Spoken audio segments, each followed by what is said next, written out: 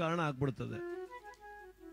ಅದಕ್ಕೆ ಜ್ಞಾನಿಗಳೊಂದು ಮಾತನ್ನು ಹೇಳಿದ್ರು, ತಾಮ್ರಪತ್ರ ರಸದಂತೆ ತಾವ್ರೆ ಎಲೆ ಮೇಲೆ ನೀರಿದ್ದಂಗಿದ್ದು ಹೊರಟು ಬಿಡ್ಬೇಕಷ್ಟೇ ಜಗತ್ತಿಂದ.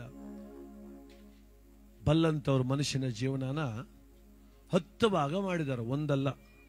10ರ ಹುಡುಗಾಟ, 20ರ ನಗು, 30ರ ಪ್ರಾಯ, 40ರ ನಟನೆ, 50ರ ಅರಳು, 60ರ ಮರಳು, 70ರ ಕೂಗು, 80ರ ಬಾಗು, 90ಕ್ಕೆ ಮಾಗು, 100 ಕೊತ್ಕೊಂಡು ಹೋಗು ಅಂತ.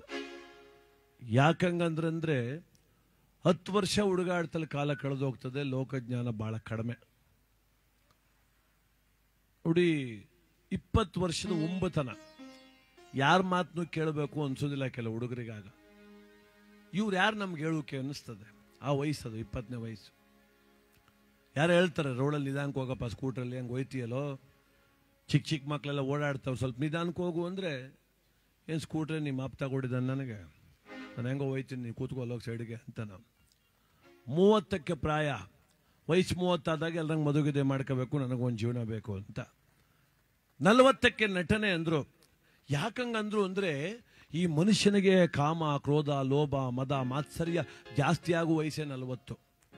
ತುಂಬ ಆಸೆ ಬರ್ತದೆ ಮನುಷ್ಯನಿಗಾಗಿ. ನೋಡಿ, 40 ವಯಸ್ಸಲ್ಲಿ 2 ಮಕ್ಕಳಾಗಿರ್ತವೆ, ಮಕ್ಕಳಿಗೋಸಿ ಆಸ್ತಿ ಮಾಡಬೇಕು ಅನ್ನೋ ಆಸೆ. ಪಕ್ಕದವ್ರ ತೆವರಿ ಕರೆದು ಮರ ಕಡ್ಕೊಂಡು ಬರೋದು, ಕಾವಲಿ ಕಲ್ಲು ಕಿತ್ಕೊ ಬರೋದು, ಸೇತುವೆ ಕಲ್ಲು ಕಿತ್ಕೊ ಬರೋದು, ಪಂಚಾಯತಿ ಮುಂಚೆ ಅರ್ಜಿ ಹಿಡ್ಕೊಂಡು ನಿಂತಿರೋದು, ನಮಗಿನ್ನೂ ಕೊಟ್ಟಿಲ್ಲ ಸಾಲ, ನಮಗಿನ್ನೂ ಕೊಟ್ಟಿಲ್ಲ ಸಾಲ. 50ಕ್ಕೆ ಅರಳು, 50ಕ್ಕೆ ಆಸೆ ತುಂಬ ಪ್ರಜ್ವಲ ಜಾಸ್ತಿ. 60ಕ್ಕೆ ಮರಳು, 50ಕ್ಕೆ ಹೆಚ್ಚಾದ ಆಸೆ 60ಕ್ಕೆ ವಾಪಸ್ ಆಗ್ತದೆ. ಯಾಕೆ? ಮಂಡಿ ನೋವು ಪ್ರಾರಂಭ ಆಗ್ತದೆ, ಕಿವಿ ಮಂದ ಆಗ್ತದೆ, ಕಣ್ಮಂಜ ಆಗ್ತದೆ. ಮಗ ಅಂತಾನೆ ಲೊಳ ಲೊಳ ಅನ್ಬೇಡ, ನೀನು ಬಾಯಿ ಮುಚ್ಕೊಂಡು ಕೂತ್ಕೋ, ವಯಸ್ಸಾದ್ಮೇಲೆ ಸದ್ದು ಮಾಡದೆ ಇರು ಅಂತ. ಯಾವಾಗ ಮಕ್ಕಳೆಲ್ಲ ತಿರ್ಕೊಂಡು ಮಾತಾಡ್ಲಿಕ್ಕೆ ಪ್ರಾರಂಭ ಆಗ್ತಾರೋ ಆಗ ಅನಿಸ್ತದಂತೆ, ಸದ್ಯ ನನ್ನ ಮಗ ನನ್ನ ಆಸ್ತಿ ಉಳಿಸ್ಕೊಂಡ್ರೆ ಸಾಕು ಅಂತ. 70ರ ಕೂಗು ಅಂತೀವಿ. 70 ವರ್ಷ ಆದವ್ರು ಮನೆ ಬಾಗ್ಲ ಕೂತಿರ್ತಾರೆ, ಸುಮ್ಮನೆ ಕೂತಿರೋದಿಲ್ಲ. ಯಾರನ್ನಾರು ಲೊಟ್ಕ ಅಂತ ಬೈತಿರ್ತಾರೆ ಅವ್ರು. ಮೈದವ ತರೋದ ಸ್ಕೂಡ್ ತಗೊಂಡು ಇನ್ನೂ ಬಲ್ಲ, ಹೊಲ್ಕೇನು ಮಾಡಿದ್ನೋ, ತ್ವಾಟ್ಕೇನು ಮಾಡಿದ್ನೋ, ಕಾಯಿ ಕೆಡಿಸಿದ್ನೋ, ಕೊಬ್ಬರಿ ಮಾರಿದ್ನೋ, ಸೊಸೆ ಬೇರೆ ಒಳಗೆ ಅವಳೆ ಹಸ ನಗರ್ತಾವ್, ನೀರು ತೋರ್ಲಿಲ್ಲ ಅವಕ್ಕೆ ಅಂತ. ಮಗನೇನಾದ್ರು ಯಾಕೆ ನಿಮ್ಮ ಅಪ್ಪ ಹಿಂಗೆ ಆಡ್ತಾನೆ ಅಂದರೆ, ಅಯ್ಯೋ ಅದೊಂದು ಹಳೆ ಮಿಷಿನು ಬಿಸಾಕ್ರಿ, ಅದೊಂದು ಸುದ್ದಿ ಅದ್ರದ್ದು ಅಂತ. ನಾವು 80ಕ್ಕೆ ಬಾಗು ಅಂತ. ನೋಡಿ, 70ನೇ ವಯಸ್ಸಿನ ತನಕ ನಾನು ಸಂಪಾದನೆ ಮಾಡಿದ ಆಸ್ತಿ ಇದು, ನಾನು ಹೇಳ್ದಂಗೆ ನೀವು ಕೇಳಿ ಅಂತಾರೆ. ಯಾವಾಗ 80 ಆಯಿತೋ, ಮಗ ಹೇಳ್ದಂಗೆ ಕೇಳಬೇಕು, ಮೊಮ್ಮಗ ಹೇಳ್ದಂಗೆ ಕೇಳಬೇಕು, ಸೊಸೆ ಹೇಳ್ದಂಗೆ ಕೇಳಬೇಕು. ಕಾನ್ವೆಂಟ್ಗೆ ಹೋಗೋ ಮಗ ಅಂತದೆ, ತಾತ ಬಾಯಿ ಮುಚ್ಕ ಸುಮ್ಮನೆ ಕೂತ್ಕೋ ಅಂತ. ಪಟೇಲ್ರಾದರೂ ಅಷ್ಟೇ, ನಾಡಗೌಡ ಆದರೂ ಅಷ್ಟೇ, ಸುಮ್ಮನೆ ಕೂತಿರ್ಬೇಕು, ಮಾತಾಡಂಗಿಲ್ಲ. 90ಕ್ಕೆ ಮಾಗಬೇಕು. 90ನೇ ವಯಸ್ಸು ಅನ್ನಿಸ್ತಂತೆ ಒಳಿತು ಕೆಡುಕುಗಳ ಯೋಚನೆ. ಸುಮ್ಮನೆ ನೋಡಿ, ತುಂಬ 90 ಆದವರು ಅವರಷ್ಟು ಅವ್ರವರೇ ಮಾತಾಡ್ತಿರ್ತಾರೆ, ಕಲ್ಪಲ ಆಡ್ತಾರೆ ಅಂತಾರೆ ನಮ್ಮ ಕಡೆ. ಅದಕ್ಕೆ 100 ಹೊತ್ಕೊಂಡು ಹೋಗು. ಏನು ಜಯರಾಮೇಗೌಡರು ಹೊತ್ಕೊಂಡು ಹೋಗಿದ್ದಿವಾಗ ಏನಿಲ್ಲ, 4 ಒಳ್ಳೆ ಮಾತು ಇದ್ರೆ ಇರ್ಬೇಕು ಜಯರಾಮೇಗೌಡ್ರಂಗೆ ಅಂತ. ಒಂದು 4 ಒಳ್ಳೆ ಮಾತು. ಮಡೆನೂರಲ್ಲಿ ಒಂದು ಸಾಕ್ಷಿ ಕಲ್ಲು. ಅವರು ಶಿಕ್ಷಕರಿದ್ರು, ಸಾತ್ವಿಕರಿದ್ರು, ಒಳ್ಳೆಯವರಿದ್ರು ಅಷ್ಟೇ ಅಂತ. ಯಾಕೆಂದ್ರೆ ಇವತ್ತಿರೋ ಆಸ್ತಿ ಮಕ್ಕಳು ನಾಳೆ ದ್ವಿಗುಣ ಮಾಡ್ಬೋದು, 10 ಪಟ್ಟು ಹೆಚ್ಚು ಮಾಡ್ಬೋದು. ಅಪ್ಪನ ಗುಣ ಅದಾಗೇ ಇರ್ತದೆ. ಅದನ್ನು ಮನಸ್ಸು ಮಾಡಿದರೆ ತಂದೆ ಕೀರ್ತಿ ಮಕ್ಕಳು ಉಳಿಸಬಹುದು ಅಂತ ಕೆಲಸ ಇವತ್ತು ಅನ್ನದಾನದ ಮೂಲಕ, ಭಕ್ತಿಯ ನಮನದ ಮೂಲಕ, ಹಾಲು ತುಪ್ಪದ ಮೂಲಕ ಕಳೆದುಕೊಳ್ತಿದ್ದಾರೆ. ಅವರೆಲ್ಲರ ಮನೋಭಿಲಾಷೆಗಳು ನೆರವೇರಲಿ. ಭಗವಂತ ಅವರ ಕುಲದೇವರಾದ ನಂಜುಂಡೇಶ್ವರ ಮೃತರಿಗೆ ಮುಕ್ತಿಯನ್ನು ಅನುಗ್ರಹಿಸಲಿ ಅಂತೇಳಿ ಬೇಡ್ತಾ, ಆ ಮಲೆ ಮಹದೇಶ್ವರ ಮಾಯಕಾರ ಮಾದೇವ ಕೆಂಡಗಣ್ಣಯ್ಯ ದುಂಡು ಮಾದಯ್ಯ ಉತ್ತರ ದೇಶದಯ್ಯ ಉಲಿವಾನದಯ್ಯ, ಆ ಮಹದೇಶ್ವರನ ಧ್ಯಾನ ಮಾಡೋಣ. ಮಾಯಕಾರ ಮಾದೇವ ಮೃತರಿಗೆ ಮೋಕ್ಷ ಪ್ರದಾನ ಮಾಡಲಿ ಅಂತೇಳಿ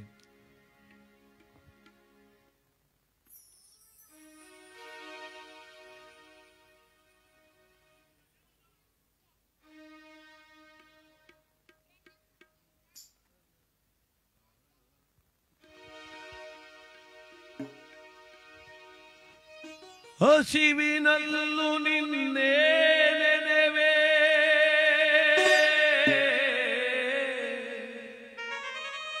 ಬಿಸಿಲಿನಲ್ಲೂ ನಿನ್ನೆ ಕರೆವೆ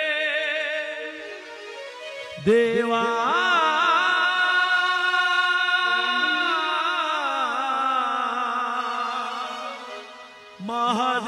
ಮಹದೇಶ್ವರ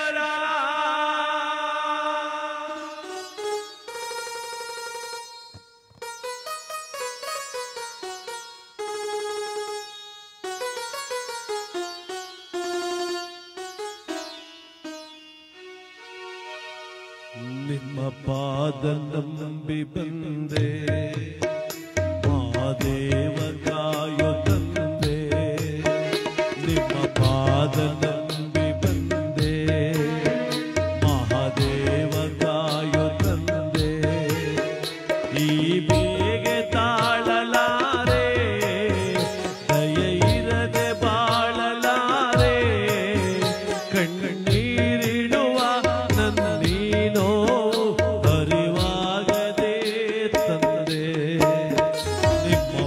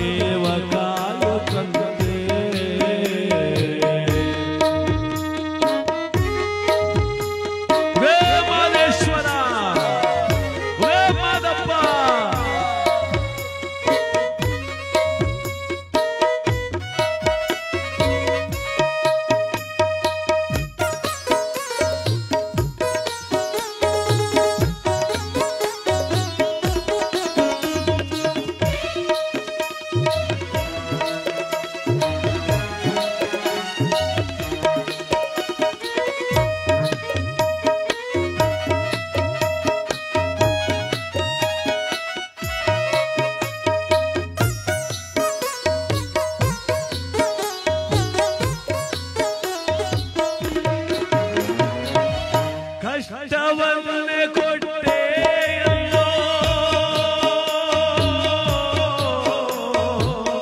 ಪಾಲಿನಲ್ಲಿ ನೊಂದೇನಲ್ಲೋ ದೇವಾ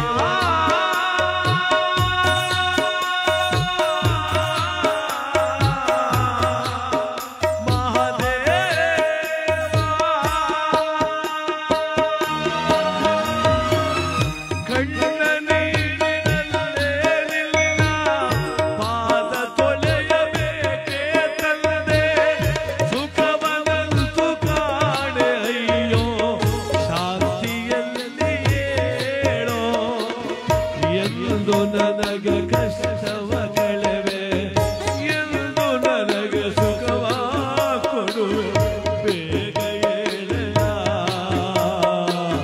ಸ್ವಾಮಿ ಮಹದೇಯ ನಿಮ್ಮ ಪಾದ ನಂಬಿ ಬಂದೆ ಮಹಾದೇವ ಕಾಯೋ ತಂದೆ ನಿಮ್ಮ ಪಾದ ನಂಬಿ ಬಂದೆ ನನ್ನ ಜುಂಡ ಕಾಯೋ ತಂದೆ ಈ ಬೇಗೆ ತಾಳಲಾರೆ ದಯ ಇರದೆ ಬಾಳಲಾರೆ ಕಣ್ಣೀರಿಡುವ ನನ್ನ ನೀನೋ ಅರಿವಾಗದೆ ತಂದೆ ನಿನ್ನ ಪಾದ ನಂಬಿ ಬಂದೆ ಮಹಾದೇವ ಕಾಯೋ ತಂದೆ ನಿನ್ನ ಪಾದ ನಂಬಿ ಬಂದೆ ಮಹಾದೇವ ಕಾಯೋ ತಂದೆ